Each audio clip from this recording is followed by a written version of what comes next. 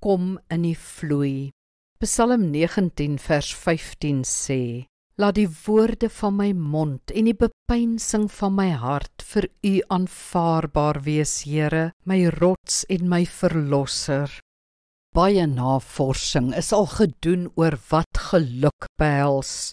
Die 5 faktore wat tot geluk aanleiding gee, is geïsoleer as positiewe emosies, opbouende verhoudings, lewenssin, doelwitbereiking en vloei. Vloei is wat gebeur as ons diep betrokke is, ingetrek by een of ander taak. Dis as ons onsself vergeet, onbewus raak van tyd, geabsorbeer deur dit waarop ons fokus. Dit gebeur as ons intens werk, studeer, iets aandagtig bekyk of beluister, as ons mediteer, bid of aanbid.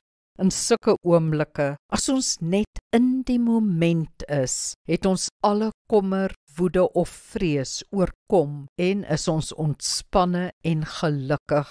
Oorkom jou gewroeg deur jou aandag te fokus op werk, studie, jou belangstellings of gawes. Leer om te mediteer, begin om te bid, kom in die vloei van aanbidding. Onthou, gister is verby en môre bestaan nog nie. Al wat jy het, is die nou. Kom ons bid saam.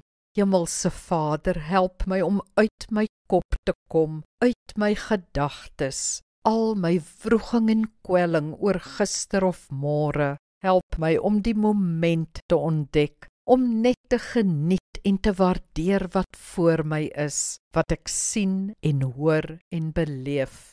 Watter groot geskenk is dit, nee? Amen. Die Here seën jou.